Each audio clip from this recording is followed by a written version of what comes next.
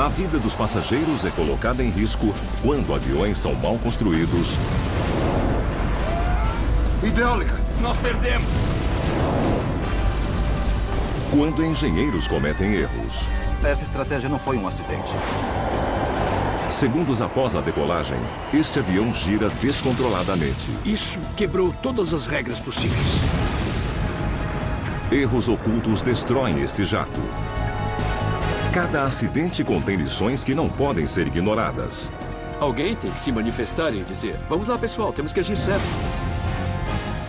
Mas algumas soluções de engenharia podem levar a novos e inesperados problemas. Como a indústria aeronáutica age para eliminar os erros de engenharia?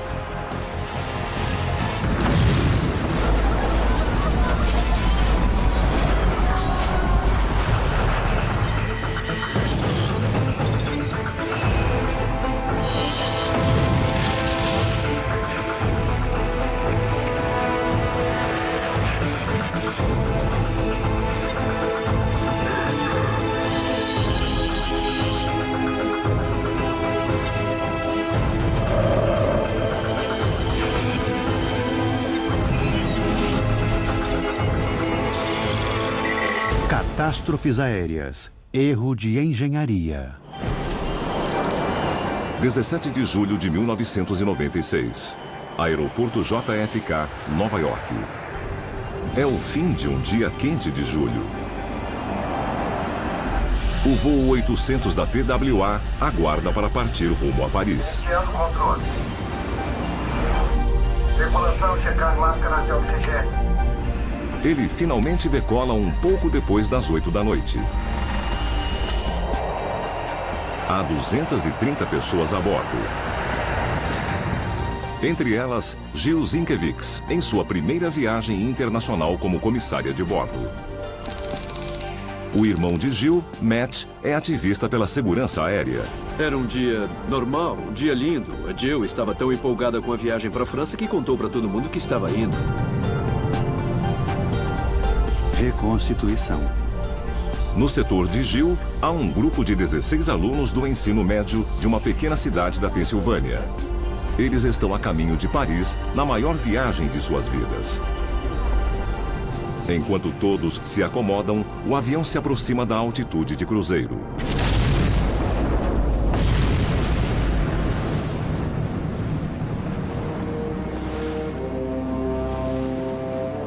A 4.200 metros acima do Oceano Atlântico, o voo 800 da TWA e todos a bordo explodem nos céus.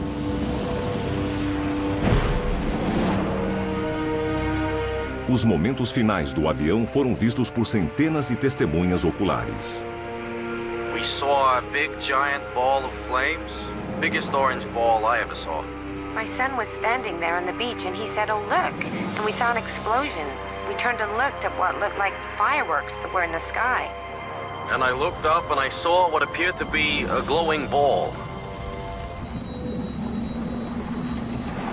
O corpo da comissária de bordo, Jill, é um dos primeiros a ser recuperado. Todas as 230 pessoas a bordo do Boeing 747 estão mortas. Devido aos relatos de testemunhas, muitos acreditam que o avião foi derrubado por um míssil ou uma bomba. Para o FBI, é um ato terrorista. We know there was a catastrophic explosion. It's caused by some sort of a bomb, obviously. We're not further describing where that would be, whether it was carried on or something hit the plane from outside and caused it to explode. Mas os investigadores precisam ter certeza.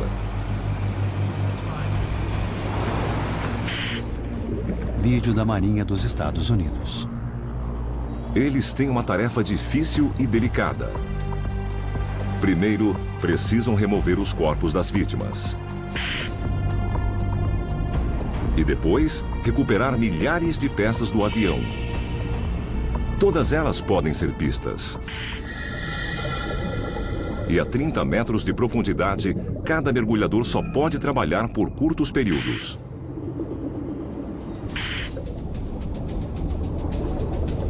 Após 7 dias de buscas, as caixas pretas do avião são encontradas.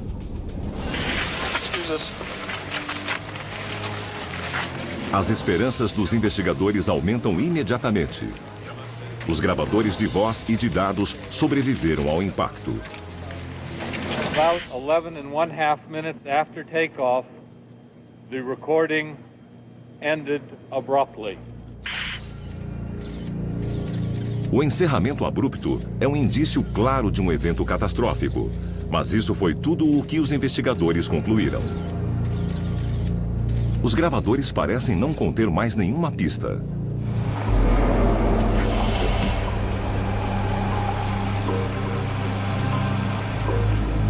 Para descobrir o que aconteceu com o TWA-800, os investigadores iniciam uma tarefa trabalhosa: reconstruir as principais partes da aeronave.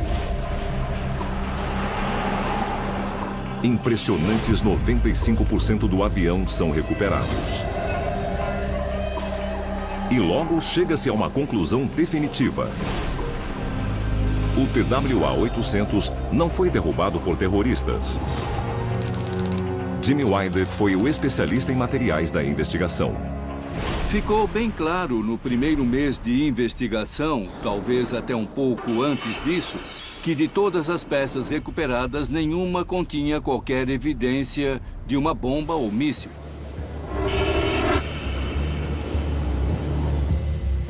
Mas agora há um novo quebra-cabeça. Se não foi terrorismo, qual teria sido o problema do avião? Os investigadores iniciam um longo processo para estabelecer a causa da explosão. Um avião projetado para ser à prova de falhas teria sido vítima de um erro de engenharia?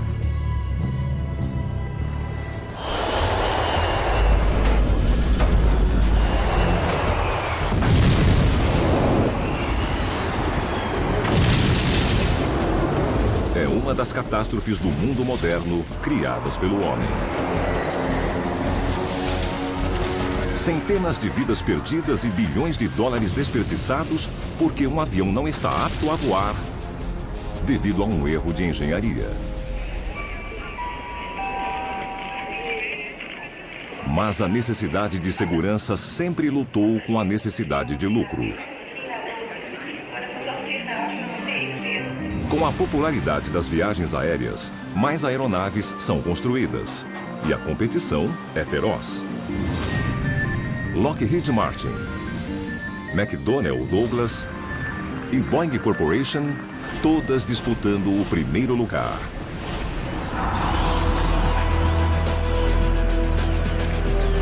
Em 1970, a McDonnell Douglas revela sua nova estrela, o DC-10. Após um investimento de $1 bilhão, a empresa está convencida de que é um avião seguro e capaz de gerar lucros.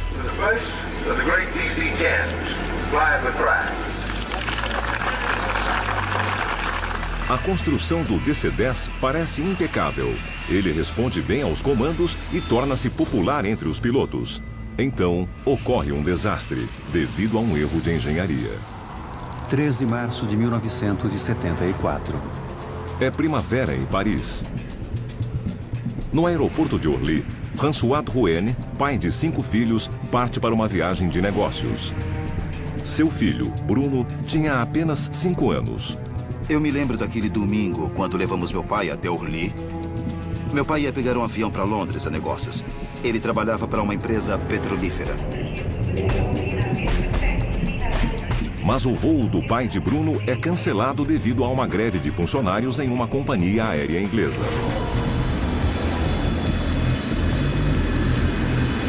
Um dos únicos voos disponíveis é o 981 da Turkish Airlines, recém-chegado de Istambul e a caminho de Londres.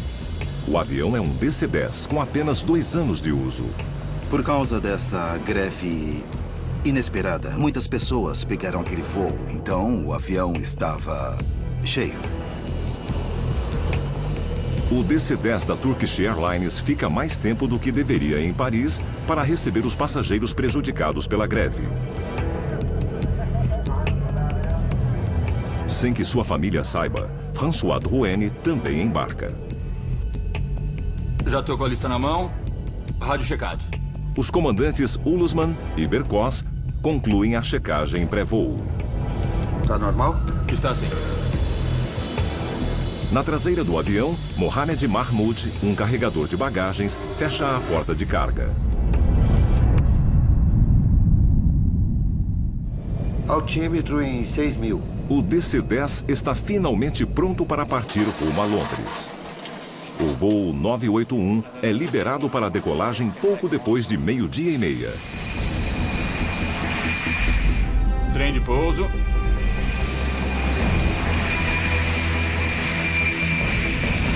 Tudo parece normal. Até que o avião se aproxima dos 3.600 metros. O que foi isso? Rajadas de ar frio castigam os passageiros. A cabine explodiu.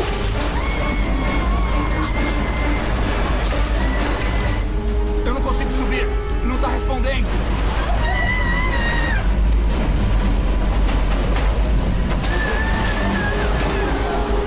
Hidráulica.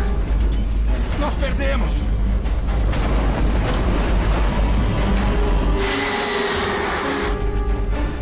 Metros.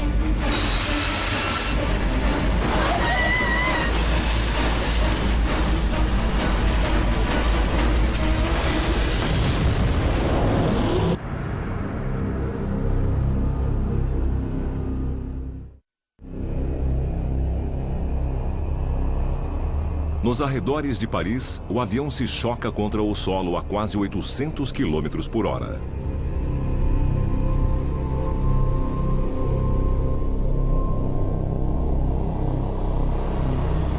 Todos os 346 passageiros e tripulantes são mortos.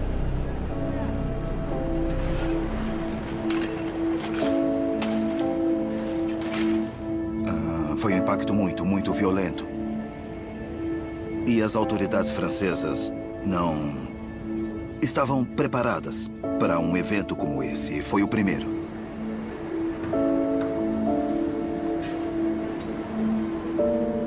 A família de Bruno teme pelo pior, mas eles ainda não sabem se François trocou de avião. A lista de passageiros não estava completa. Então nós não recebemos informações claras. A prova da presença do meu pai no avião foi obtida através da aliança dele, que foi encontrada em um fragmento da mão dele. Ela tinha a data do casamento dos meus pais e o primeiro nome da minha mãe. Bruno era apenas uma das muitas crianças que perderam seus pais. Teve um impacto sobre mim e sobre as pessoas ao meu redor. Eu não sabia quando tive meu primeiro filho como um pai devia se comportar, porque eu não vi isso.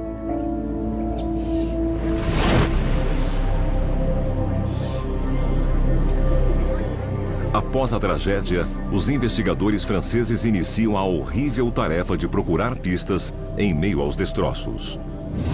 Para as pessoas que trabalharam lá, para todas elas foi um grande choque. Muitas delas relataram que não conseguiam trabalhar por muito tempo, porque era emocionalmente difícil. Tinha muitos restos humanos em toda parte. Então, os investigadores encontram sua primeira grande pista. A 16 quilômetros de onde o avião caiu, a polícia francesa descobre uma cena macabra. 6 passageiros mortos presos a 2 fileiras de assentos. Ao lado deles, uma pilha de metal retorcido, que é identificada como a porta de carga traseira.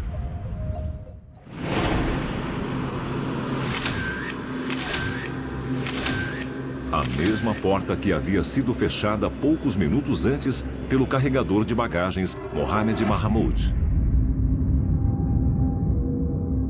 Mas como uma porta podia simplesmente cair de um avião? A resposta estaria em um erro de engenharia.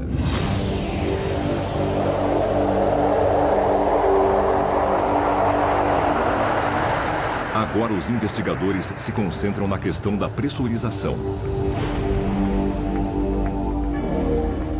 Os jatos voam a altitudes elevadas, onde a pressão atmosférica é muito baixa. Para manter o conforto dos passageiros, a pressão no interior do avião precisa ser elevada. Se a cabine não fosse pressurizada, os passageiros seriam expostos a uma altitude superior à do Monte Everest. É crucial que as portas do DC-10 sejam hermeticamente fechadas. Durante o voo, o ar pressurizado do interior do avião força as portas, tentando fazer com que elas se abram. As grandes portas de carga que se abrem para cima são especialmente vulneráveis. David Lermont é piloto e especialista em aviação. É claro que essas portas são muito grandes. Elas são muito grandes mesmo. Então, caso elas se abram em pleno voo, fica um buraco enorme no avião. Para impedir que as portas de carga se abrissem, os engenheiros do DC-10 projetaram um sistema de trava elaborado. Quando a alavanca externa é acionada, as garras no interior giram, agarrando uma barra. Deveria ser totalmente confiável, mas não era. A falha de projeto era a seguinte. Você podia acionar a alavanca e sentir que a porta estava travada.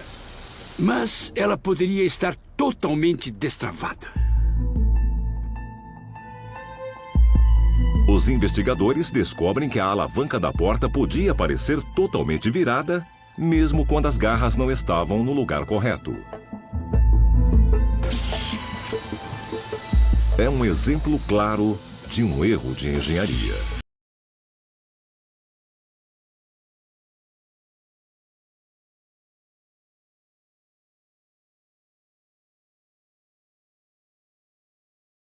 O uso da porta.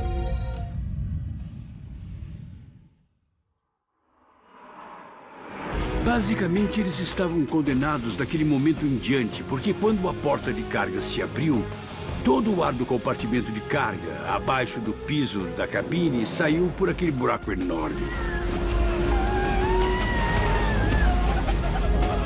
A abertura da porta de carga foi o primeiro desastre.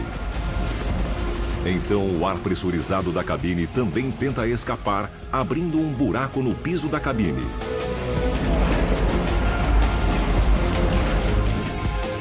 Esta corrente de ar violenta arrasta 6 passageiros para fora do avião, rumo à morte.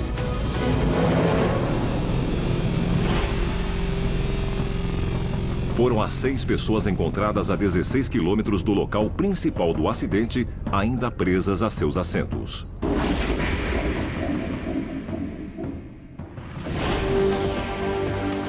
O colapso do piso da cabine leva a um novo desastre. Ele destrói cabos de controle vitais. Hidráulica! Nós perdemos! Estes cabos são acionados por pressão hidráulica para mover componentes fundamentais, como o leme e os estabilizadores. Sem eles, os pilotos não podem controlar o avião. Eu não consigo subir! Não está respondendo!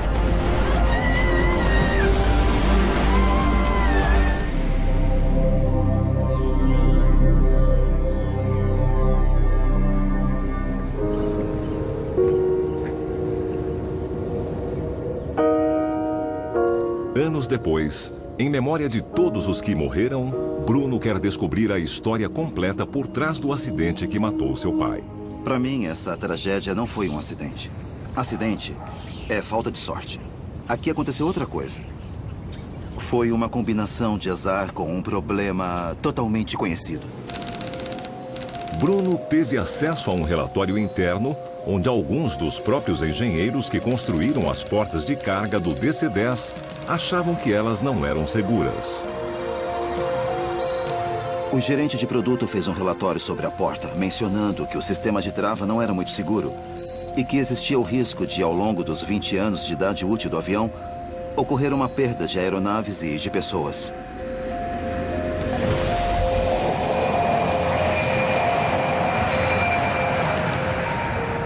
Bruno descobre que um DC-10 americano havia apresentado exatamente o mesmo erro de engenharia 2 anos antes da morte de seu pai.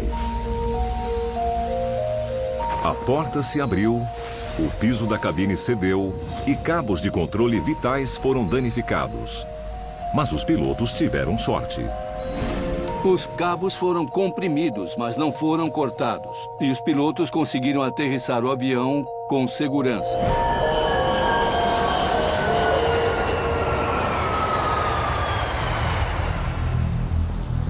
O pai de Bruno e seus companheiros de voo não morreram apenas por causa de um erro de engenharia. Eles morreram por causa de um erro de engenharia conhecido que ninguém havia corrigido.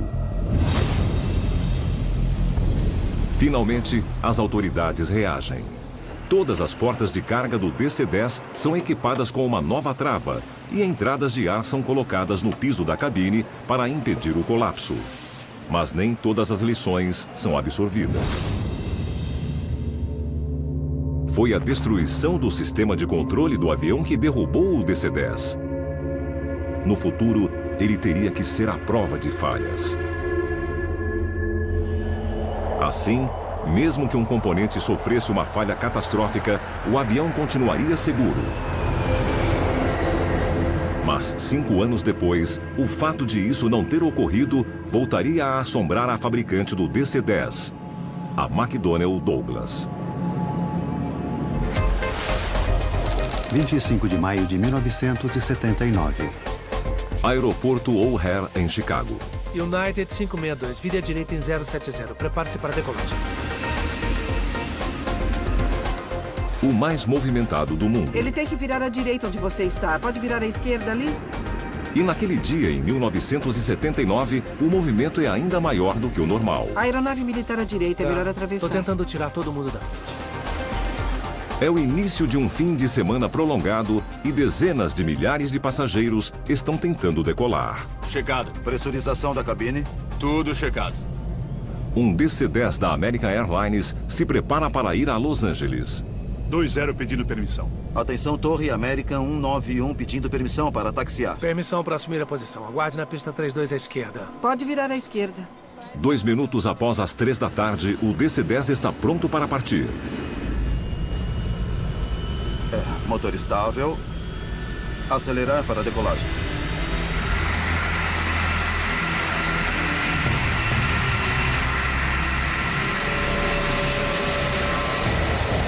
Impulsionado por suas 3 turbinas, o avião percorre a pista de decolagem. 3-2. Recolhendo o trem de pouso.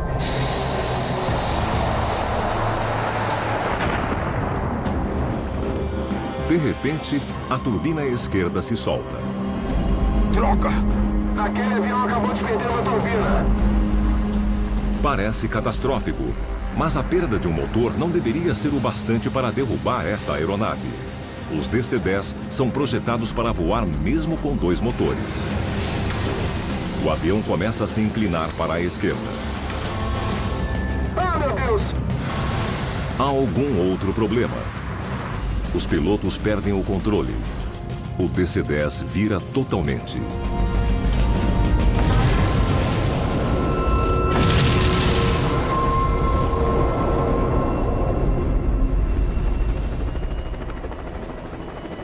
Todas as 271 pessoas a bordo são mortas, além de 2 no solo. É o pior desastre aeronáutico da história dos Estados Unidos. Surgem 2 grandes questões. Por que a turbina havia caído? E por que um avião projetado para voar com apenas 2 turbinas ficou totalmente sem controle?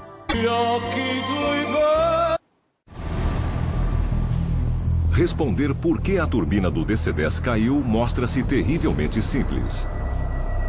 É um caso de falta de manutenção. Uma das peças que fixava o motor estava rachada. E ninguém havia percebido. Checagens de emergência revelam rachaduras similares em 6 outros DC-10. Surge o temor de que toda a frota americana esteja em risco. São assustadoras 138 aeronaves. I have no choice but to ground all US DC-10s immediately. A culpa pelas rachaduras recai sobre as companhias aéreas e não sobre a fabricante dos aviões, a McDonnell Douglas. Os investigadores descobrem outro problema crítico. Tudo remonta ao momento em que o avião se inclina para a esquerda. Isso acontece porque a separação do motor rompe linhas de controle hidráulico vitais que operam os sleds das asas. Quando o motor foi arrancado da asa, ele destruiu o sistema hidráulico que mantinha os sleds estendidos. Quando os sleds se retraíram, porque não tinham mais pressão hidráulica para ficar no lugar, aquela asa perdeu sustentação. Reconstituição. Como no incidente da Turkish Airlines, o avião cai porque os pilotos perdem o controle. A lição da construção à prova de falhas não foi aprendida. Isso não faz jus à melhor tradição da construção de aviões. O projeto de uma aeronave deve ser o que chama de a prova de falhas. Se alguma coisa falhar, a aeronave continua segura. Isso quebrou as regras possíveis.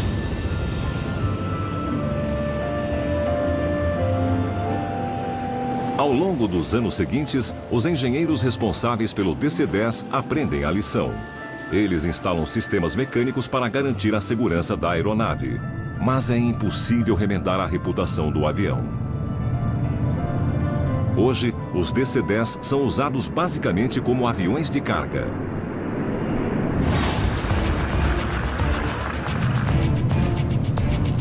E o Jumbo 747 da Boeing torna-se o jato de passageiros mais bem-sucedido do mundo.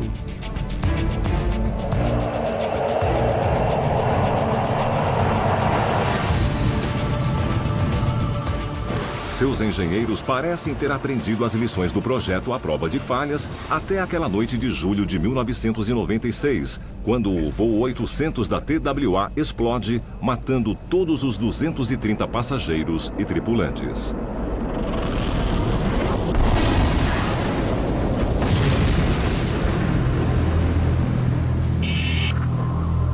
Após meses de um trabalho minucioso, os investigadores reconstroem seções inteiras do avião despedaçado. Era um grande número de peças, milhares de peças, que precisavam ser remontadas para começarmos a entender como o avião se desfez e depois por que o avião se desfez. Depois que a possibilidade de um míssil ou uma bomba é descartada, os investigadores buscam uma fonte de explosão na própria aeronave. E finalmente a encontram.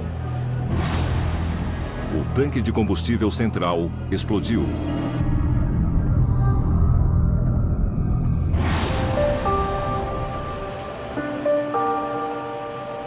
Mas o que havia acontecido? O responsável logo é identificado. Ele estava bem ali, no tanque. O vapor do combustível.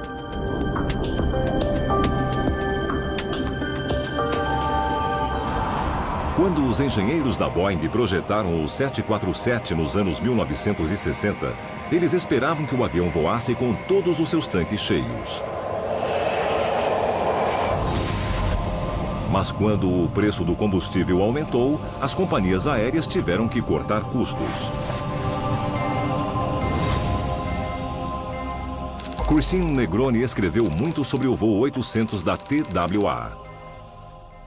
Quando a preocupação com o uso de combustível aumentou nos anos 70 e 80, os aviões passaram a voar sem os tanques cheios. Se não precisavam do combustível, o tanque ia vazio. Mas os investigadores descobriram que voar com tanques de combustível vazios representava um risco não totalmente reconhecido. Naquela tarde de julho, o voo TWA 800 aguarda no calor escaldante do aeroporto JFK. Para reduzir os custos, seu tanque central contém apenas uma poça de combustível. E quando este combustível esquenta, ele se transforma em vapor explosivo.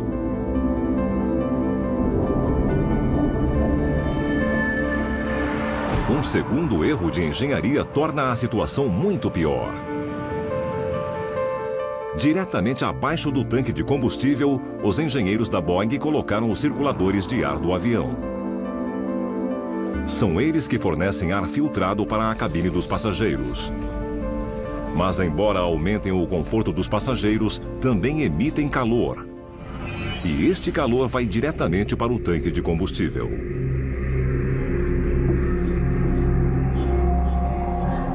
Tudo que tinha era uma poça, e essa poça se transformou em vapor. E o vapor era explosivo.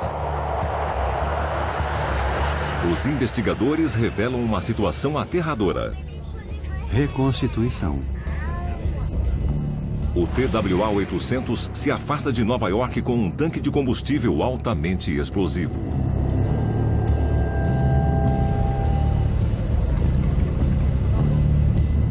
As 230 pessoas a bordo não fazem ideia. Elas estão sentadas sobre uma bomba prestes a explodir. Basta uma fagulha para detoná-la. Mas é um risco que os engenheiros da Boeing pensavam ter eliminado. Seu projeto à prova de falhas deveria ter evitado o desastre. Os fios elétricos instalados no tanque usavam uma voltagem muito baixa, que eles pensavam não ser o bastante para causar a faísca.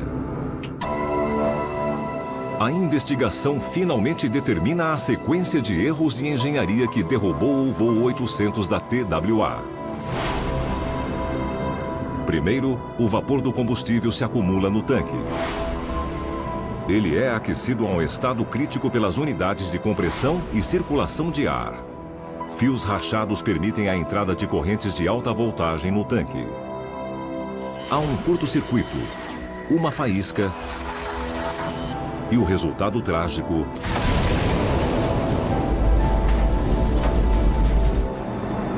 é o segundo maior desastre aéreo doméstico dos Estados Unidos.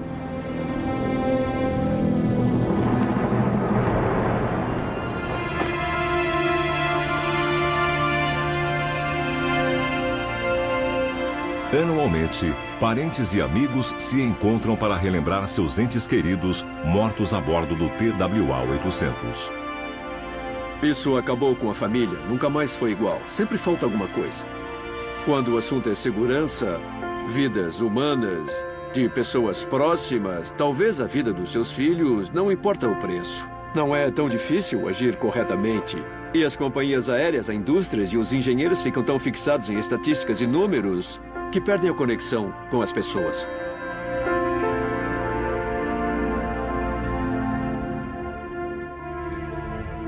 Mas há uma recompensa.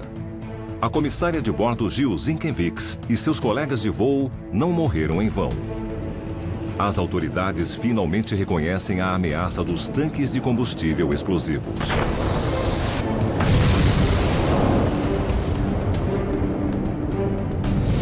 Com outros 1.200 jumbos em risco ao redor do mundo, era preciso encontrar uma solução. Hoje, uma nova tecnologia substitui o vapor explosivo no tanque de combustível por um gás inerte, o nitrogênio.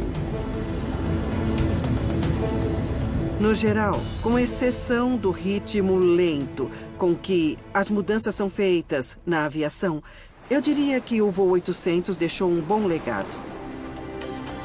A investigação sobre o voo 800 da TWA mostra que um avião pode ter um excelente histórico de segurança até que as circunstâncias mudem. No caso do voo 800, um tanque de combustível vazio expõe riscos imprevistos no projeto do avião.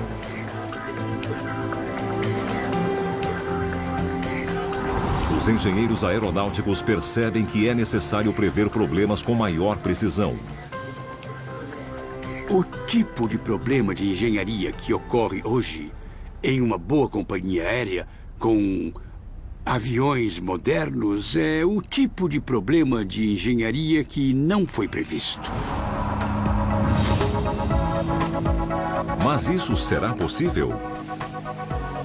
Nos anos 1990, para minimizar os erros de engenharia, a Boeing começa a usar a tecnologia mais recente para construir o 777, o maior jato bimotor do mundo.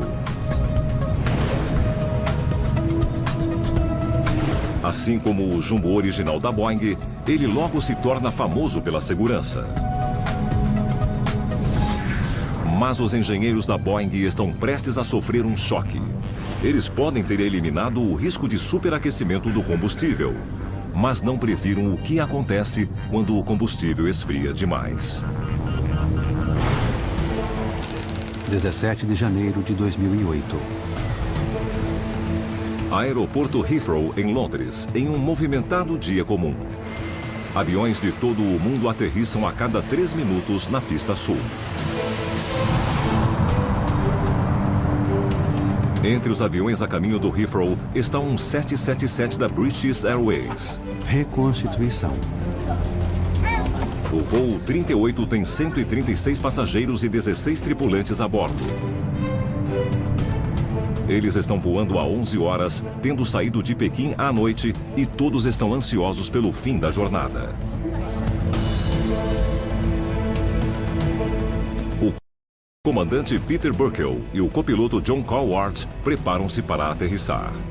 Pronto, os controles são seus, John. Assumindo controles. Tudo correu normalmente até 1 minuto antes da hora prevista para o pouso. O avião estava a uns 300 metros, trem de pouso abaixado, flaps abertos a cerca de 30 graus. E não parecia ter nada errado. Speedbird 38, pouso liberado na 27 à esquerda. Pouso liberado na 27 à esquerda, Speedbird 38. A cerca de 150 metros, a apenas 35 segundos do pouso... Estou sem empuxo. Os 2 motores perdem a potência de repente. A velocidade começou a cair.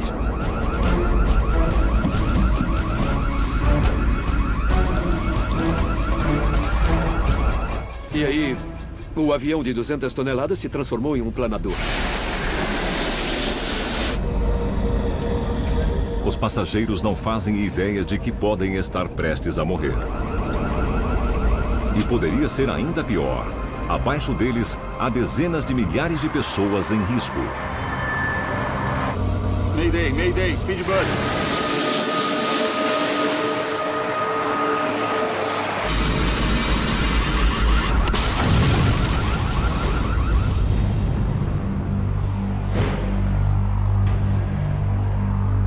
Incrivelmente, todos os passageiros e tripulantes sobrevivem ao acidente e têm apenas ferimentos leves.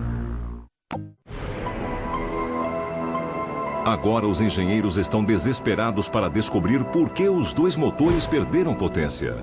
Uma falha em 2 motores é extremamente rara. Logo, as caixas pretas do avião indicam um novo tipo de problema de engenharia.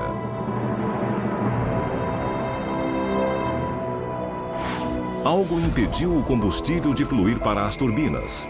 Mas o quê?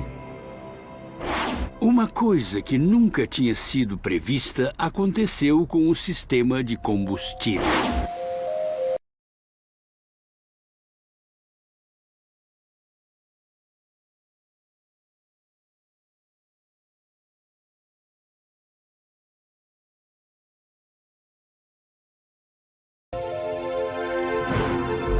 Gelo.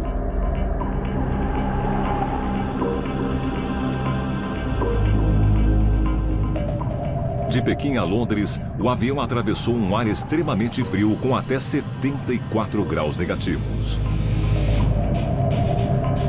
A estas temperaturas, a quantidade minúscula de água presente no combustível de aviação pode se transformar em cristais de gelo. O gelo teria bloqueado o fluxo de combustível? A princípio, isso parece impossível. O gelo é um risco conhecido e os engenheiros aeronáuticos pensavam já ter lidado com ele.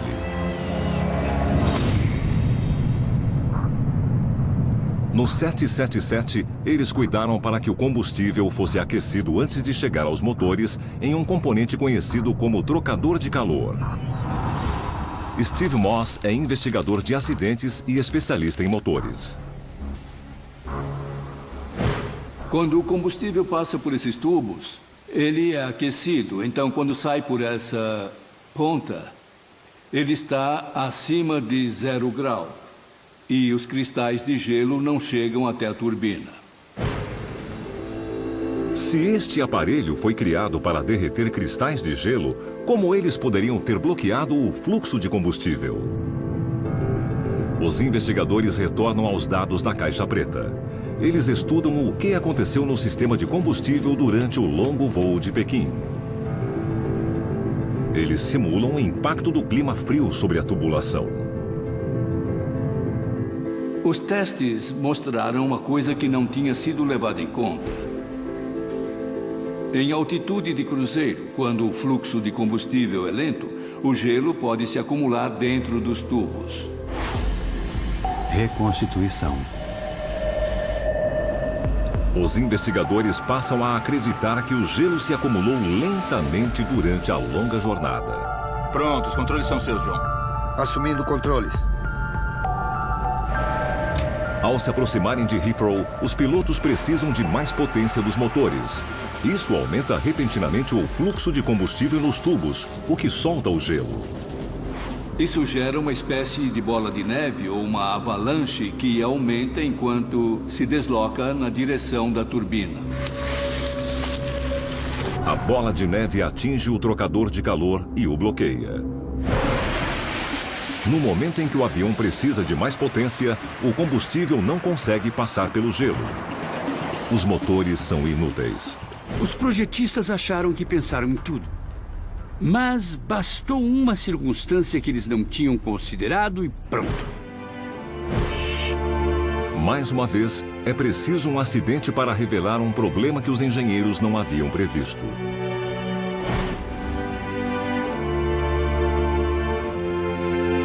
Agora que eles estão cientes, basta uma pequena alteração na entrada do trocador de calor para garantir que até um fluxo repentino de gelo possa ser derretido.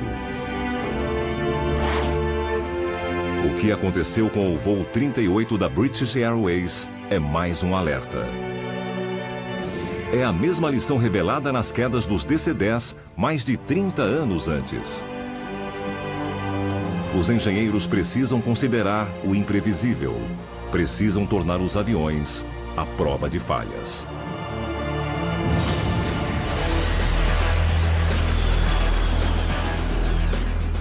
Os engenheiros modernos continuam tentando construir aviões muito mais seguros e bem menos acidentes são causados por erros em engenharia.